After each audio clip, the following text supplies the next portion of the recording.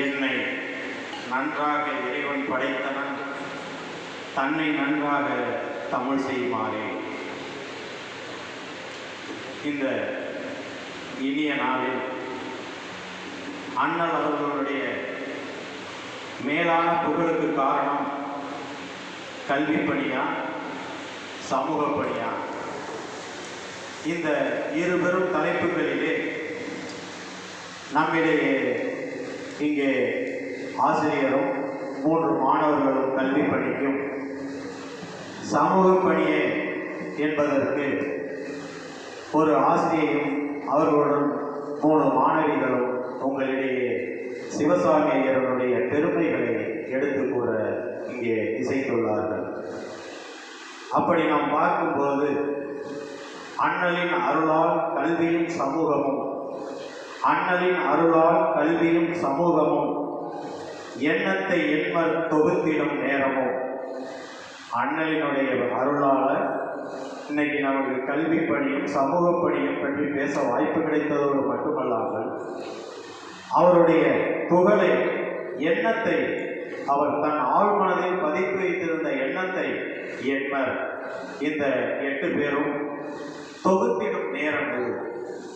அண்ணல் அளித்த ஆக்கத்தை அறியவே. அண்ணல் சிவசாமி ஐயர்கள் நமக்கு ஆக்கமான ஊக்கத்தை கொடுத்துவிட்டு சென்றிருக்கக்கூடியதை நாம் எல்லாம் அறியக்கூடிய இந்த நேரத்திலே திண்ணமாய் கூடிட்ட செந்தமிழ் சங்கமமே, திண்ணமாய் கூடிட்ட செந்தமிழ் சங்கமமே, ஒரு திடமான மனநிலையோடு இன்று நாம் இங்கு கூடியிருந்து அடுத்தடுத்த செயல்களை எடுத்துச் செல்லக்கூடிய தமிழ் சங்கமமே, வணக்கம். முதலில் 1972 1978 ஆண்டு வரை இங்கு முன்னாள் மாணவர்களாக படித்த நமது செயலர் முதற்கொண்டு அவருடைய நண்பர்களுக்குள்ளாம் எல்லாம் கடந்த 7th பிப்ரவரி அன்று சந்தித்தில் அவருடைய குவார்ட்டர்ஸில் பேசிக் கொண்டிருந்த பொழுது இவர்களெல்லாம் எங்களது நண்பர்கள் என்று செயலர் அவர்கள் சொன்னார்கள். அதை முன்னெடுத்து இன்று மாணவர்களாக இங்கே வந்து அமர்ந்து இந்த பட்டிமன்றத்தை காண வந்திருக்கக்கூடிய அந்த முன்னாள் நண்பர்களை நமது பள்ளியின் சார்பாக அழைத்து அனைத்து பள்ளி தலைமை ஆசிரியர் பெருமக்களுக்கும், இருபால் ஆசிரியர் பெருமக்களுக்கும், அன்பிற்கினிய மாணவ செல்வங்களுக்கும், அலுவலக பணியாளர்களுக்கும் முதற்கண் இந்த வாய்ப்பளித்தமைக்கு நாங்கள் எல்லாம் நன்றி கூறி இந்த பட்டிமன்றத்தை தொடங்குகின்றேன். முதலில் இந்த சிவசாமி ஐயர் அவர்களின் மேலான புகழுக்கு கல்வி பணியே அதுதான் முக்கியமாக உள்ளது என்று பேச நமது பள்ளியின் 11ஆம் வகுப்பு மாணவன் ஏ. விஸ்வா அவர்களை உங்களின் கரவொலியோடு அழைக்கின்றேன். வாருங்கள், வார்த்தை மழை பொழியுங்கள்.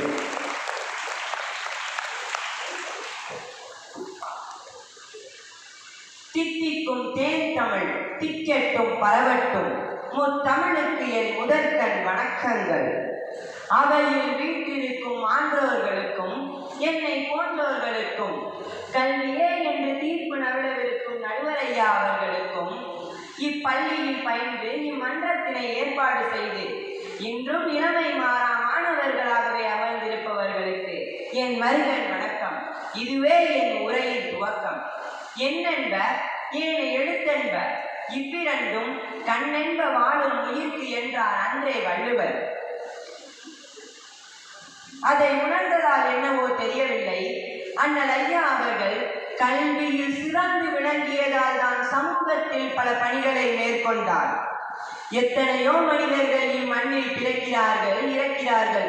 ஆனால் ஒரு சிலரை இம்மண்ணுக்காகவும் மக்களுக்காகவும் அவர்களின் வாழ்க்கையை, தங்களின் வாழ்க்கையை அர்ப்பணித்ததோடு அத்தகைய மக்களால் பூமி உள்ளவரை நேசிக்கப்படுவார்கள்.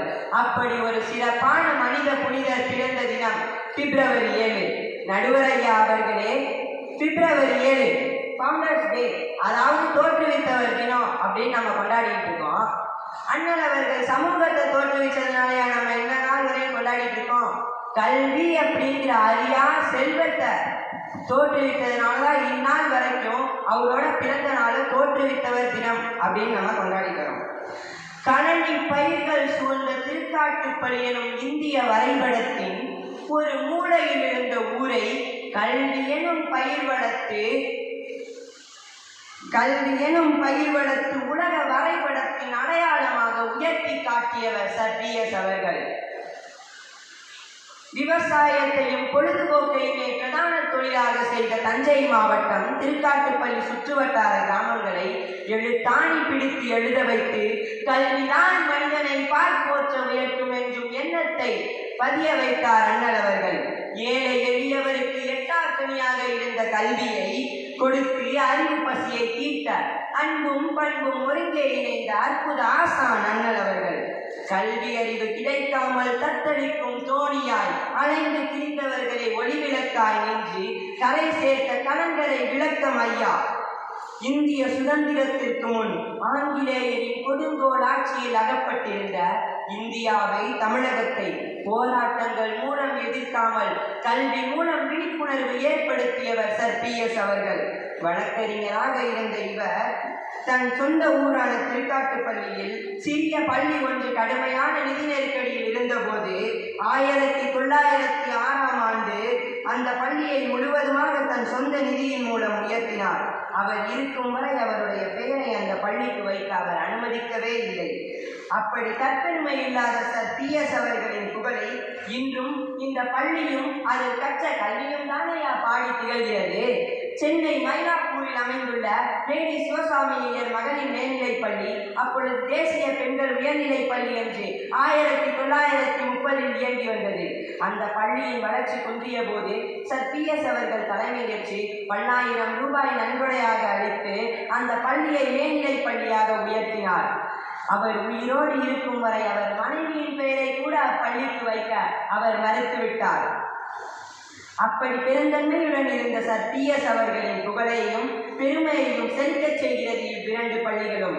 சுதந்திர இந்தியாவில் தமிழகத்தில் கல்வியை ஏழை எளியவர் பேதமின்றி அனைவருக்கும் கொடுத்தவர் என்று கர்ம வீரர் காமராசரை அழைப்பார்கள். ஆனால் இந்திய சுதந்திரத்திற்கு முன்பே ஒரு மனிதர் பிறந்த நாட்டிற்காகவும் தன் பகுதி மக்களுக்காகவும் கல்வி எனும் பொக்கிஷத்தை சாதி, மதம், ஏழை எளியவர் என எந்தவித பாகுபாடுமின்றி படித்து உயர அடித்தளமிட்டார். அன்னசத்திரம் 1000 அமைத்தல், ஆணையம் 10,000 நாட்டல். அன்னசத்திரம் 1000 அமைத்தல், ஆணையம் 10,000 நாட்டல். பின்னருள்ள தருமங்கள் யாவும் பெயர் விளக்கி ஒளிர நிறுத்தல். அன்னையாவினும் புண்ணியம் கோடி ஆங்கோர் அயலைக்கு எழுத்தறிவித்தவள் என்னும் பாரதியின் பாடல் வரிகளுக்கேற்ப அர்ப்பணித்து திருக்காட்டுப்பள்ளி சுற்று வட்டாரம் மட்டுமன்றி தமிழகத்தில் பல பகுதிகளிலும் இருந்து மாணவர்கள் தான் தொடங்கிய பள்ளியில் கல்வி கற்க 1919ஆம் ஆண்டு கல்யாணி இல்லம் என்னும் விடுதியை திருவாளர் லிட்டில் ஹில்ஸ் அவர்கள் துவங்கி வைத்தார். வேளாண் விஞ்ஞானி நம்மாழ்வார் முதல் கவிஞர் சிநேகன் வரை எண்ணற்ற பிரபலங்களையும் உலக நாடுகளில் பல்வேறு பகுதிகளில் வேலை செய்பவர்கள் பலர் சர் சிவசாமி ஐயரின் பள்ளி கல்வி கற்ற மாணவர்கள் என்னும் பெருமிதத்தை கொடுத்தார் என்றால் மிகையாகாது. விதைத்தவன் உறங்கினாலும் விதைகள் உறங்குவதில்லை, விதைத்தவன் உறங்கினாலும் விதைகள் உறங்குவதில்லை என்னும் பொன்மொழிக்கேற்ப சர் டி.எஸ். சிவசாமி ஐயர் தொடங்கிய பள்ளிகளும் அவர் கல்வி கொடையும் தான் அவரின் புகழை மேலும் பெறுகிறது. நடுவரையா அவர்களே, அண்ணனின் ஒரு உண்மை நிகழ்வை நான் இவ்வேளையில் பகிர்ந்து கொள்ள விரும்புகிறேன். அண்ணன் ஒரு முறை மேலை நாட்டிற்கு ஆங்கிலேயர் கூட்டத்திற்கு சென்ற போது அந்த கூட்டத்தில் இருந்த ஆங்கிலேயர் ஒருவர் அண்ணனுக்கு குழந்தை இல்லைங்கிறது தெரிஞ்சும் அவரை கிண்டல் பண்ற விதமா sir DS. how many children have you அப்படின்னு கேட்டுக்காரு. அண்ணன் யோசிக்காம சொன்ன பதில் என்ன தெரியுமா? I have 2 children. My son is in Thirukattupalli and my daughter is in Mylapore அப்படின்னு சொன்னாரு.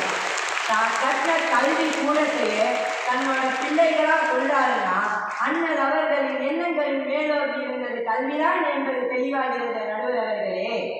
எனவே அலங்கார் அரங்கத்தில் பால வித்யாலயா பள்ளி வளாகத்தில் அலங்கார் அரங்கத்தில் பாட வித்யாலயா பள்ளி வளாகத்தில் அண்ணன் சிவசாமி ஐயரின் மேலான புகழுக்கு காரணம் கல்வி பணியா சமூக பணியா? தலைப்பிலேயே வென்று விட்டோம் நாங்கள். கல்வி பணியே சமூக பணி என்று தீர்ப்பு கூறுங்கள். அதை கேட்க இங்கே கல்வி பணி சமூகமே காத்து கிடக்கின்றது நடுவர் ஐயா அவர்களே. எனவே கல்வி பணியே அண்ணனின் மேலான புகழுக்கு காரணம் என்று கூறி வாய்ப்பளித்தமைக்கு நன்றி கூறி விடைபெறுகிறேன். நன்றி, வணக்கம்.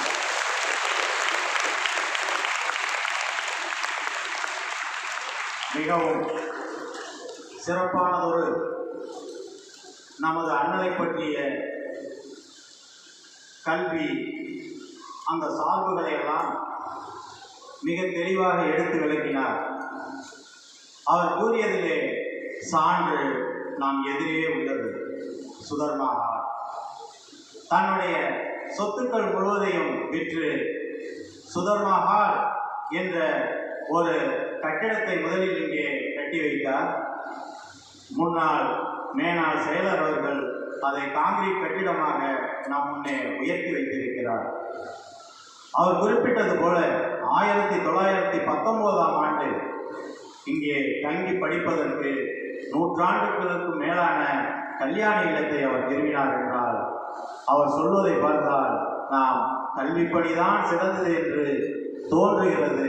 இருந்தாலும் அவர் செய்த சமூக பணிகள் இதைவிட அதிகமாக இருக்குமோ என்ற எண்ணம் நமக்கு தெரியாமல் இருந்திருக்கலாம். அதை இந்த சமூக பணியே என்று எடுத்து சொன்ன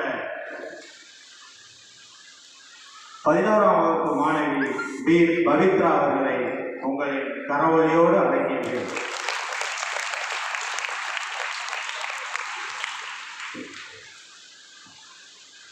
தெளிவுறவை அறிந்திடுதல், தெளிவு தர மொழிந்திடுதல், சிந்தி பார்க்கே களிவரல, உள்ளத்தில் ஆனந்த கனவு பல காட்டல், கண்ணீர் துளிவர உள் நுருகுதல், இங்கிவையெல்லாம் நீ அருளும் மொழிகள் என்றோ என்று மகாகவியின் சரஸ்வதி வணக்கங்களை தெரிவித்து மகிழ்கின்றேன். எங்களுக்கு சாதகமாக தீர்ப்பளிக்க காத்திருக்கும் நடுவர்களே, இவ்வவையில் அமர்ந்திருக்கும் என் எதிரணி தோழர்களே, பழைய நினைவுகளை சுமந்து அமர்ந்திருக்கும் முன்னாள் இளம் சிங்கங்களே, அனைவருக்கும் என் அன்பான தமிழ் வணக்கம். மண்ணில் பிறந்தவர் எல்லாம் மனிதர்கள் அல்ல, மற்றவர்களுக்காகவே பிறந்தவரே மனிதன். அவர்கள் இறைவனுக்கு சமமாவார்கள். அப்பேற்பட்டவர் தான் நம் அண்ணல் அவர்கள். நம் நடுவர் அவர்களே, கல்வி பணியா சமூக பணியா என்று ஆழ்ந்து பார்க்கும் போது சமூக பணியை மிக கூர்ந்து நோக்க வேண்டும். ஏனெனில் அனைவராலையும் சமூக பணியை செய்திட இயலாது. நம் எதிரணி தோழர்கள் கல்வி பணியே சிறந்தது என்று பேச வந்துள்ளார்கள். ஆனால் கல்வி பணியே ஒரு சமூக பணி என்பது அவர்களுக்கு தெரியவில்லை. நம் அண்ணல் அவர்கள் சொத்து சேர்ப்பதற்காகவோ இல்லை பெருமை கிடைக்க வேண்டும் என்பதற்காகவோ சமூக பணியை ஆற்றவில்லை. மக்களுக்கு சேவை செய்ய வேண்டும் என்று நினைத்து மக்களுக்காக கொண்டாற்றியவர் நம் அண்ணல் அவர்கள். எதிரணியில் பேசிய விஸ்வா அவர்களுக்கு ஒன்று கூற விரும்புகிறேன். கல்வி கற்றவர்கள் அனைவரும் புதிய கல்வி கூடங்களை உருவாக்குபவராக மாற மாட்டார்கள். நலிவடைந்த சமூகத்தை உருவாக்க வேண்டுமெனில் நல்ல உன்னதமான நிறுவனங்களை உருவாக்க சமூக அக்கறை வேண்டும். விஸ்வா அவர்களே, கேட்டுக்கொள்ளுங்கள், சமூக அக்கறை வேண்டும். நம் அண்ணல் அவர்கள் 1893 முதல் 1899 வரை சட்டக்கல்லூரியில் பேராசிரியராக பணிபுரிந்துள்ளார். அவர் ஏன் சட்ட படிப்பை தேர்ந்தெடுத்தார்? ஏனெனில் மக்களிடையில் சட்டம் என்றாலே என்னவென்று தெரியாது. ஆனால் சட்டத்தின் மூலமாக தான் மக்களுக்கு தேவையானதை பெற முடியும் என்று நினைத்து மக்களுக்காக சட்டத்தை படித்தார் நம் அண்ணல் அவர்கள். 1904 முதல் 1907 வரை நம் அண்ணல் அவர்கள் சென்னையில் உள்ள சட்டப்பேரவையில் உறுப்பினராக இருந்தார். மக்கள் அடிமைப்பட்டு அடி வாங்கி எங்கள் வளங்களை பிரிட்டிஷ் நாட்டுக்கு கொண்டு சென்ற ஆங்கிலேயர்களை எதிர்க்க சட்டப்பேரவை உறுப்பினரானார். அரசியல் என்பது இப்பொழுது இருக்கும் அரசியல் போல் இல்லாமல் மக்களுக்கு தேவையானதை செய்து கொடுக்க வேண்டும் என்பதற்காக 1912ஆம் ஆண்டில் நம் அண்ணல் அவர்கள் அரசியலில் இறங்கி மக்களுக்காக அரசியல் இறங்கி தொண்டாடினார். முதல் உலகப் போர் நடந்தபோது பிரித்தானியா நாட்டுக்கு ஆதரவாக இந்திய சார்பாக நம் அண்ணல் அவர்கள் தொண்டாற்றியுள்ளார். 1922ஆம் ஆண்டில் மூன்றாவது கூட்டத்தொடரில் நம் அண்ணல் அவர்கள் பங்கு பெற்றிருக்காங்க. அண்ணல் அவர்களுக்கு மிக சிறந்த அரசியல்வாதியாகவும் சிறந்த வழக்கறிஞராகவும் சிறந்த நிர்வாகியாகவும் வாழ்ந்து பிரிட்டிஷ் காலத்திலேயே மக்களுக்காக வாழ்ந்தவங்க. சாதி ஏதடா சமயம் ஏதடா பிரிவு எதற்கடா, அவை வெறும் கதைகள் தானடா, உடலில் ஓடும் ரத்தம் ஒன்றுதானடா, உண்மைகள் தெரிந்தும் உறக்கம் ஏனடா என்று சமுதாயத்தில் முக்கியமாக கிராமங்களில் இருந்த வேறுபாடுகளை களைய முனைந்தவர் நம் அண்ணல் அவர்கள். நாட்டின் வளர்ச்சிக்கு எது தேவை, நம் நாட்டு மக்களின் அறியாமையை போக்க எது தேவை என்று அறிந்த ஒருவரால் தான் சமூக சேவையை ஆற்ற முடியும். அதனை செம்மையாக நடத்தி காட்டியவர் நம் அண்ணல் அவர்களே. நடுவர் அவர்களே, உலகில் ஓரிரவு சரித்திரம் செய்வார்கள், ஆனால் ஒரு சிலர் தான் சரித்திரத்தை உருவாக்குவார்கள். அதே போன்று தனக்கென மிகப்பெரிய சரித்திரத்தை உருவாக்கியவர் நம் அண்ணல் அவர்கள். Service to man is service to காட்னு சொல்லுவாங்க. அதாவது நம் மனுஷனுக்கு செய்கிற சேவை கடவுளுக்கு நேரடியாக செய்கிற சேவைன்னு சொல்லுவாங்க. அந்த காலத்தில் நமக்காக நம்ம அண்ணல் அவர்கள் சமூக சேவை செஞ்சதுனால தான் நம்ம இப்போ ரொம்ப நல்லா இருக்கோம். நம்ம அண்ணல் அவர்களோட சேவை இன்றளவு நிலைத்து இருக்கு. இவ்வாறு மக்கள் பணி என் உயிர் பணி, மக்கள் வளர்ச்சியே நாட்டின் வளர்ச்சி என்று மக்களுக்காக வாழ்ந்தவர் தான் நம் அண்ணல் அவர்கள். அண்ணனுடைய சமூக சேவை எப்படி இருக்கும் அப்படின்னா, அவர் கொடுக்குற அந்த வலது கையில் செய்கிற சேவை இடது கைக்கு தெரியாதான், அந்த மாதிரி செய்வாங்கன்னு சொல்கிறாங்க. இந்தியன் என்று சொல்லடா தலை நிமிர்ந்து நில்லடா, இந்தியன் என்று சொன்னால் மட்டும் போதாது, தலை நிமிர்ந்து நிற்க வேண்டும் என்றால் சமூக தொண்டாற்றினால் மட்டுமே தலை நிமிர முடியும். இப்படிப்பட்ட மகத்தான சேவைகளை செய்த மகானை போற்றி பேச வாய்ப்பு அளித்தமைக்கு நன்றி கூறி விடை பெறுகிறேன். நன்றி, வணக்கம். சிறப்பு. பட்டிமன்றம் இப்பொழுதுதான் சூடுபிடிக்க ஆரம்பித்திருக்கிறது. இப்பொழுது இவருடைய பவித்ராவுடைய கருத்துக்களை எல்லாம் கேட்ட பின்பு சமூக பணிதான் அவரோடது சிறந்ததாக இருக்குமோ என்று ஒரு எண்ணத்தில் தோன்றுகின்ற பொழுதே நாங்கள் வகுப்பிலே ஆசிரியர் செவி வழியாக கேட்ட செய்தி ஒன்று ஞாபகம் வருகிறது. பழமானேரி சாலையிலே அந்த காலத்திலே அந்த ரோட்டு பகுதியிலே கப்பியாக கொட்டி வைத்துக் கொள்ளக்கூடிய பகுதியில் தான் அண்ணல் அவர்கள் பூதலூரிலே அவருக்காக ட்ரெயின் நின்று அவரை அழைத்து வருமாம். அப்படி வந்து செல்லும் போது அந்த வில்வண்டியிலே அவர் போகும்போது அந்த பாதை தடுமாற்றத்தை அவர் கொடுத்து வீட்டுக்கு செல்வாராம். அப்படி சென்று மீண்டும் தன்னுடைய பணிக்காக திரும்பும் போது இங்கிருந்து ஒரு 1/2 கிலோமீட்டர் தூரத்தில் அந்த பழமானேரி சாலையில் ஒரு கர்ப்பிணி பெண் பிரசவ வலிக்காக துடித்ததை பார்த்திருக்கிறார். உடனே அவர் எண்ணத்தில் தோன்றியது, இந்த பள்ளி வளாகத்திலேயே ஒரு அரசு மருத்துவமனையை உருவாக்கி அந்த மக்கள் எங்கும் சென்று தவிக்கக்கூடாது என்று மிகப்பெரிய பெண்ணின் மேல் பெருமையை வைத்திருந்த பெருமை அண்ணல் அவர்கள் ஏற்றார். அப்படி பார்க்கும்போது அவருடைய சமூக பணிதான் மிக சிறந்ததாக இருக்குமோ என்று தோன்றுகிறது. இருந்தாலும் மீண்டும் கல்வி பணியே இதைவிட சிறந்த கருத்துக்கள் அதில் இருக்குமா என்று உங்களைப் போல் நான் கேட்க ஆர்வமாக இருப்பதால் 11ஆம் வகுப்பு மாணவி பி. நிகிதா அவர்களை கல்வி பணியே சிறந்தது என்று பேச அன்போடு அழைக்கின்றேன். வாங்க.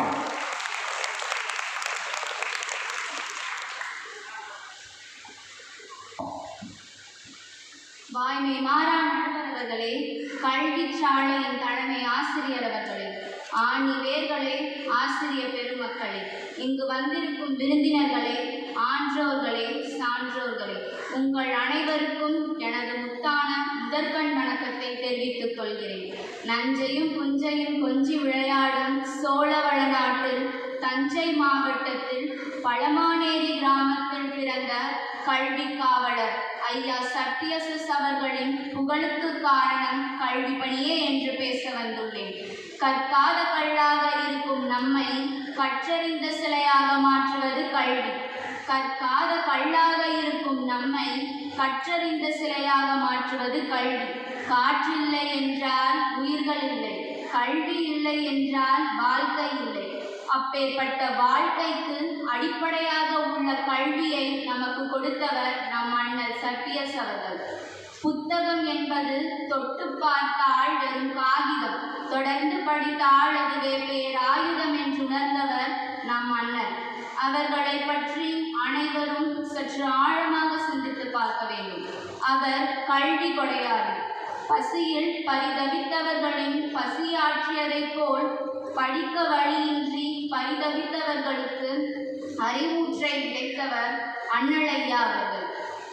இக்கல்வி நிறுவனம் 100 ஆண்டுகளுக்கு முன்னால் அவரால் தொடங்கப்படாவிட்டால் கல்வி என்பது எட்டா கனியாகி நமக்கெல்லாம் கிட்டாமல் போயிருக்கும். இப்பகுதியிலிருந்து வடக்கே அரியலூர், தெற்கே புதுக்கோட்டை, மேற்கே திருச்சி, கிழக்கே திருவாரூர், நாகப்பட்டினம் உட்பட்ட ஒருங்கிணைந்த தஞ்சாவூர் மாவட்டத்தில் ஒரு குறிப்பிட்ட நகரங்களில்தான் உயர்நிலைப் பள்ளிகள் இருந்தன. இங்கிருந்து அங்கு சென்று ஏழை எளியவர் மட்டுமல்ல, மற்ற எவராலும் 6ஆம் வகுப்பிற்கு மேல் படித்திருக்க முடியுமா? அதனால்தான் தன் பொருட்செல்வத்தை பயன்படுத்தி கல்வி செல்வம் பெற பாலைவனமாக இருந்த இந்த இடத்தை மாற்றி சோலைவனம் போல் பயனளிக்கும் பாங்குமிகு உயர்நிலை கல்வி நிலையம் அமைத்தவர் உத்தமர் அண்ணல் அவர்கள். கல்வி பணியே கடவுள் பணி, அதற்கே தன்னை அர்ப்பணி. கல்வி பணியே கடவுள் பணி, அதற்கே தன்னை அர்ப்பணி என்று சாதித்தார் அண்ணல் அவர்கள். வாழ்வழிக்கும் இந்த பள்ளியை வணிக நோக்கோடு தொடங்கவில்லை. வாழ்வழிக்கும் இந்த பள்ளியை அவர் வணிக நோக்கோடு தொடங்கவில்லை. வாழ வழியற்ற ஏழை எளியவர்கள் கல்வியால் ஏற்றம் பெற இனிய வழி புரிந்தவர் அண்ணல் அவர்கள். கல்வியை வளர்க்க பள்ளிகள் திறந்த வள்ளலாய் சிறந்தார் நம் அண்ணல் அவர்கள். நடுவர் அவர்களே, ஒரு மனிதன் தன் வாழ்க்கைக்கு 2ஐ மிகவும் முக்கியமானதாக கருதுகிறான். அது என்னவென்றால், ஒன்று பதவி, மற்றொன்று பணம். இவை இரண்டும் நிலையானது அல்ல. ஆனால் உயிர் உள்ளவரை நம்மிடமிருந்து பறிக்க முடியாதது எது தெரியுமா? அதுதான் நாம் கற்ற கல்வி. அதன் மூலம் கிடைக்கும் புகழ்தான் நிரந்தரமானது. அந்த கல்வி புகழை கற்பதற்கு முழுமுதற் கடவுளுக்கு நிகராக அண்ணல் அவர்களை ஒப்பிடுகிறேன். நடுவர் அவர்களே, எதிரணியினர் சமூக பணி செய்வதன் மூலமாகத்தான் புகழடைந்தார் என்று பேச வந்துள்ளனர். திருக்காட்டுப்பள்ளி என்ற கிராம முன்னேற்றத்திற்கு காரணம் எது என்று எதிரணியினர் யோசித்து பார்க்க வேண்டும். இந்த கிராமத்தில் ஏற்படுத்திய பள்ளிக்கூடத்தின் வாயிலாகத்தான் பெருமை அடைகிறோம். இங்கு கற்ற மாணவர்கள் உயர்ந்த நிலையில் உள்ளனர் என்பதை எதிரணியினர் புரிந்து கொள்ள வேண்டும். நடுவர் அவர்களே, இன்றைய காலத்தில் பெண் முன்னேற்றத்திற்காகவும் கல்விக்காகவும் நிறைய சமூக தொண்டர்கள் பேசிக்கொண்டுள்ளனர். ஆனால் அண்ணல் அவர்கள் அன்றே பெண்கள் வளர்ச்சிக்கு பாடுபட்டுள்ளார். கல்வி இல்லாத பெண்கள் பலர் நிலம், அந்நிலத்தில் புல் விளைந்திடலாம், நல்ல புதல்வர்கள் விளைதலில்லை. கல்வியை உடைய பெண்கள் திருந்திய கழனி அங்கே என்று பாரதிதாசனின் பாடலின் பொருள் உணர்த்துவது என்னவென்றால், கல்வி அறிவு இல்லாத பெண்கள் பண்படாத நிலத்தை போன்றவர்கள், கல்வியை கற்ற பெண்கள் பண்பட்ட நன்சை நிலத்தினை போன்றவர்கள் என்பதை அண்ணல் அவர்கள் உணர்ந்து மகளிர் கல்விக்கு முக்கியத்துவம் கொடுத்தார். மேலும் அந்த காலத்தில் மகளிர் நிலை மிகவும் மோசமாக இருந்தது. அந்த சமயத்தில் மகளிர் வீட்டை விட்டு வெளியேறி கல்வி பெற வேண்டும் என்ற நோக்கத்தோடு பெண்கள் படிக்க வேண்டும் என்று பல முயற்சிகளை மேற்கொண்டார் சத்யஸ் அவர்கள். 10 தேய்க்கும் பெண்ணே, உனக்கு எதற்கு 10ஆம் வகுப்பு? 10 தேய்க்கும் பெண்ணே உனக்கு எதற்கு 10ஆம் வகுப்பு என்ற வாக்கியத்தை தவிடுபொடியாக்கினார் அண்ணல் அவர்கள். இதற்காக, அதாவது பெண் முன்னேற்றத்திற்காக அன்றே சென்னை மயிலாப்பூரில் பெண்கள் மட்டும் படிக்கக்கூடிய லேடி சிவசுவாமி ஐயர் என்ற பள்ளியை தொடங்கி பெண்களுக்கு பெருமை சேர்த்தார். எனவே நடுவர் அவர்களே, கல்வி பணி மூலமாகத்தான் அண்ணல் அவர்கள் புகழடைந்தார் என்று தீர்ப்பு வழங்குமாறு கேட்டுக்கொள்கிறேன். நன்றி, வணக்கம். மிக அருமையான அவர் குறிப்பிடும் போது கடைசியாக பெண் கல்வி பற்றி குறிப்பிட்டார். பாரதியார் ஏட்டையும் பெண்கள் தொடுவது தீமை என்று எண்ணி இருந்தவர் மாய்ந்து விட்டார். புத்தகத்தை எடுத்து படிக்கிறது தீமை என்று சொன்னவர்களெல்லாம் மாய்ந்து விட்டனர். வீட்டுக்குள்ளே பெண்ணை பூட்டி வைப்போம் என்ற விந்தை மனிதர் தலை கவிழ்ந்தார். நாங்கள் படிக்க வைக்காமல் வீட்டிலேயே பெண்களை வைத்துக் கொள்வோம் என்று சொன்னவர்களெல்லாம் தலை கவிழ்ந்தார். அரசாங்கத்திலேயே 33% தான் இடஒதுக்கீடு. ஆனால் அங்கே பட்டிமன்றத்தில் நாங்கள் 66% இடஒதுக்கீடு கொடுத்துருக்கோம். 3 பேர் தான் ஆண்கள், பாக்கி 6 பேர் பெண்கள். இதிலிருந்து சிவசாமி ஐயர் அன்று தொடங்கியதே பெண் கல்வியும் அவர்களும் படித்து மேலான பதவிக்கு வர வேண்டும் என்று அவர் விரும்பியது. சென்னை மயிலாப்பூரிலே ஒரு பள்ளியை நிறுவியதாக சொன்னார்கள். கல்யாணி இல்லம் என்ற இந்த அமைப்பை போல அவர் கல்யாணி மாளிகை என்று சென்னையிலே வைத்திருந்த ஒரு மிகப்பெரிய வீட்டை விற்று அந்த பள்ளிக்கு கொடுத்து விட்டு சாதாரணமாக ஒரு சார்பு வீடுன்னு சொல்லுவோம், ஒரு சாதாரண ஒரு பகுதியில் வாழ்வதா மேலாள் செக்ரட்டரி அவர்கள் சொல்வார்கள். ஆக அவர் பெண் கல்வி மட்டுமல்லாது கல்விக்கு தான் சிறப்பு செய்தார் என்று நிகிதா அவர்கள் அழுத்த நிறுத்தமாக சொல்லிட்டு போவதை பார்த்தால் தீர்ப்பு ஜே பிரியதர்சினி 11ஆம் வகுப்பு மாணவி பேசுவதை பொறுத்து தான் நாம் கொடுக்க முடியும் என்று தோன்றுகிறது. பாருங்கள், பிரியதர்சினி சமூக பணியை என்று பேச உங்களின் கரகோஷத்தோடு அன்போடு அழைக்கின்றேன். நடுவர் அவர்களுக்கும் அவையோர் அவர்களுக்கும் என் பணிவான வணக்கத்தை தெரிவித்துக் கொள்கின்றேன். தேடி சோறு தினம் தின்று பல சின்னஞ்சிறு கதைகள் பேசி மனம் வாடி துன்பமிகு உழன்று பிறர் வாட பல செயல்கள் செய்து நிறை கூடி கிளை பருவம் ஏங்கி கொடுங்கூற்றுக்கு இறைன பின் மாயும் பல வேடிக்கை மனிதர்கள் போல் நான் வீழ்வேன் என்று நினைத்தாயா என்று பாரதியின் பொன்னடி தொட்டு என்னடி துவங்குகின்றேன். கண்ணன் இருந்ததோ மகாபாரதத்தில், ராமன் இருந்ததோ ராமாயணத்தில், பாரியூர் இருந்ததோ வரலாற்றில், ஆனால் நம் அண்ணன் கல்வியஸ் இருந்ததோ நாம் கண்ணால் பார்க்கின்ற கலியுகத்தில். நடுவர்களே, கல்வியின் மூலமாகத்தான் பெரும் புகழ் அடைந்தார் என்று பேச எதிரணியினர் வந்துள்ளனர். ஆனால் கல்வி கொடுக்க வேண்டும் என்ற எண்ணம் சமூக தொண்டாற்றினால் மட்டுமே தோன்றும் என்று தோன்றினால்தான் கல்வி நிலையம் உருவாக்க முடியும் என்று நம் எதிரணிக்கு தெரியலது. பிரிட்டிஷ் காலத்தில் உண்ண உணவில்லை, இருக்க இடமில்லை, தங்க தகுதி இல்லை என்ற நிலை இருந்தபோது பல்வேறு எதிர்ப்புகளை எதிர்த்து மக்களுக்காக போராடியவர் நம் அண்ணல் அவர்கள். நம் அண்ணல் அவர்கள் எந்த செயலையும் எதிர்கால கண்ணோட்டத்தில் தான் செயல்படுத்தக்கூடியவர். இது எனக்கு எப்படி தெரியும் என்ற கேள்வி எழலாம் உங்களுக்கு. ஒருவருடைய செயல்பாடுகளை கொண்டே அனைவராலும் கணிக்க முடியும். 1912 முதல் 1917 வரை சென்னை கவர்னர் நிர்வாக கவுன்சில் உறுப்பினராக இருந்தார் நம் அண்ணல் அவர்கள். ஒரு துறையை எவ்வாறு நிர்வாகம் செய்ய வேண்டும் என்று அனைத்தையும் அறிந்தவராக இருந்தார் நம் அண்ணல் அவர்கள். பிரிட்டிஷ் காலத்தில் தொழில்துறை என்பது மிகவும் குறைவு. கரும்பு தொழிற்சாலை, பருத்தி தொழிற்சாலை என்று பிரிட்டிஷுக்கு என்ன தொழிற்சாலை வேண்டுமோ அவை மட்டுமே காணப்பட்டன. அதிலும் இந்தியர்களுக்கு குறைவான கூலி, அதிக நேரம் வேலை செய்ய சொல்லி கட்டாயப்படுத்துதல், அயல்நாட்டுக்கு அடிமையாக அனுப்பி வைத்தல் என்று ஈவு இரக்கமற்ற செயல்களை செய்தார் நம் பிரிட்டிஷ் அவர்கள். அப்போது சர்வேஸ் அவர்கள் 1918ஆம் ஆண்டு தொழில்துறை நெறிகளை பற்றி ஒரு கருத்துரை வழங்கினார். அந்த நெறிகளின் அடிப்படையில் தொழில்துறையின் வளர்ச்சி விவசாயத்தின் முன்னேற்றம், விவசாயத்தின் வளர்ச்சி வேலைவாய்ப்பில் முன்னேற்றம், வேலைவாய்ப்பில் வளர்ச்சி பசி கொடிய பிடி மறைந்து மக்களின் வாழ்க்கை தரத்தில் முன்னேற்றம் என்று தொழில்துறை நெறிகளை பற்றி எடுத்துரைத்தார் நம் அண்ணல் அவர்கள். பயந்து பணிந்து மிரண்டது போதும், இனி தெளிந்து துணிந்து மீண்டல வேண்டும். பயந்து பணிந்து மிரண்டது போதும், இனி தெளிந்து துணிந்து மீண்டல வேண்டும். விரட்ட வேண்டும் அவர்களை, ஓட வேண்டியது அவர்களே. விரட்ட வேண்டும் அவர்களை, ஓட வேண்டியது அவர்களே. மாற்றம் காண்போம் இனிமேல்.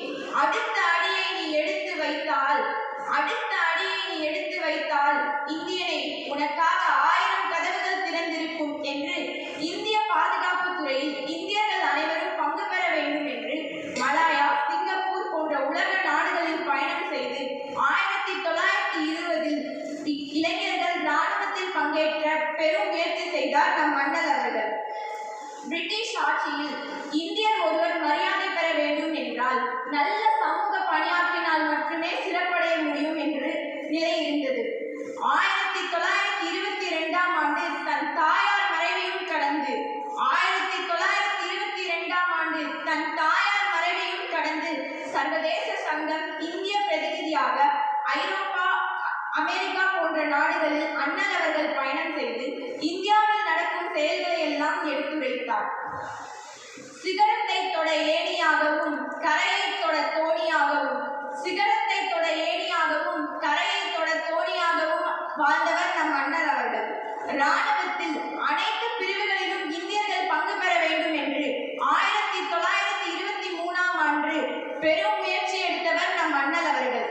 கிராமத்தில் பிறந்தவர், நகரத்தில் படித்தவர், பசி அறியாதவர் ஆனால் பசியாற்றியவர், புகழ் விரும்பாதவர் ஆனால் புகழுடன் இருப்பவர், இளமை குன்றாதவர் என்றும் மக்கள் மனதில் இளமையாகவே இருப்பவர் என்று நம் அண்ணல் அவர்களை பற்றி புகழ்ந்து பேசிக்கொண்டே போகலாம்.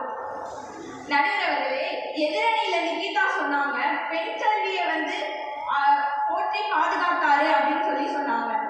நம்ம அண்ணல் காலத்துல பெண் கல்வி என்பது மிகவும் சவாலான இருந்த செயலாகும். பெண்கள் பேசவே பயந்த காலம் அது. அப்படிப்பட்ட காலத்துல வீட்டை விட்டு பெண்கள் வெளியே வரக்கூட தயங்குவாங்க. அந்த தயக்கத்தை மீறி நம்ம பெண்களை கல்விக்கூடத்துக்கு கொண்டு வந்தது நம்ம அண்ணல் அவர்கள். அது சமூக பணியில தானே நடுவர்களை சேரும்.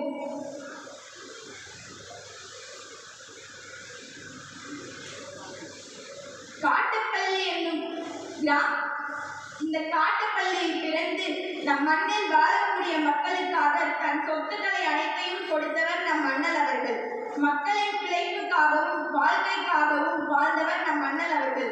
நடுவர் அவர்களே, இன்று அவரிடத்தில் என்னென்ன இருக்கிறது தெரியுமா? அவரிடத்தில் பள்ளிக்கூடம் இயங்குகின்றன, காவல் நிலையம் உள்ளன, அரசு சார்பான அலுவலகம் உள்ளன, உயிர்காக்கும் மருத்துவமனை உள்ளன. இவை அனைத்தும் நமக்கு கிடைக்க காரணமாக இருந்த நம் அண்ணல் அவர்களை போற்றி பாராட்டுவோம். அவரை பற்றி பேசுவது சிறப்பு. அந்த சிறப்பான வாய்ப்பை எனக்கு அளித்தமைக்கு நன்றி கூறி விடைபெறுகின்றேன். நன்றி, வணக்கம். சிறப்பான ஒரு உரை. அவர் குறிப்பிட்டது போல அவருடைய தந்தையின் வழக்கறிஞர் தான். அந்த வழக்கறிஞர் நம் சுற்று வட்டாரத்திலே இந்த அளவுக்கு மேன்மையாக இருப்பதற்கு அன்றே வழிவகுத்தவர் அண்ணல் அவர்கள் என்று அழுத்தம் திருத்தமாக குறிப்பிடுகிறார். அந்த காலத்திலே இந்த மிலிட்ரியில் சேருவதற்கு ஆள் பிடிக்க வந்தால் எல்லாம் ஓடி ஒண்டிடுவாங்களாம், யாரும் போக மாட்டாங்க. மற்ற ஆசிரியர் பணிக்கும் அப்போ போகிறதுக்கு வாய்ப்பு யாரும் போக மாட்டாங்க, தூரத்தில் பணியாற்றணும். அப்படிப்பட்ட காலத்திலெல்லாம் இந்த இராணுவத்தில் சேர்ந்து நாம் நாட்டை காப்பாற்ற வேண்டும் என்று அவர் ஆற்றிய உரை இன்று நம் தென் தமிழகத்திலிருந்து எண்ணற்றோர் பல்வேறு இராணுவ பிரிவில் இருக்கிறார்கள் என்றால் அது அவருடைய புகழையை சாரும். அடுத்து ஒன்று குறிப்பிட்டார், இங்கே சப் ரிஜிஸ்டர் ஆபீஸ். அன்று நாம் நிலத்தை பத்திரப்பதிவு செய்ய வேண்டும் என்றால் தஞ்சைக்கு தான் செல்ல வேண்டும். இங்கே அப்படி ஒரு இடம் இல்லாததால் தன் வளாகத்திலேயே ஒரு இடத்தை கொடுத்து அந்த பத்திரப்பதிவு செய்வதற்கு தேவையான அதிகாரிகள் முதற்கொண்டு ஆவணம் செய்து கொடுத்தவர் அண்ணல் அவர்கள். அதே போல இங்கே சட்டம் ஒழுங்கை பராமரித்துக் கொண்டிருக்கின்ற காவல் நிலையத்திற்கும் இடம் கொடுத்து அவர் சமூக பணியை ஆற்றியிருக்கிறார் என்று மிக தெளிவாக எடுத்து கூறுவதிலிருந்து அவருடைய சமூக பணிதான் மேம்பட்டு இருக்குமோ என்று சொல்ல தோன்றுகிறது. ஆனாலும்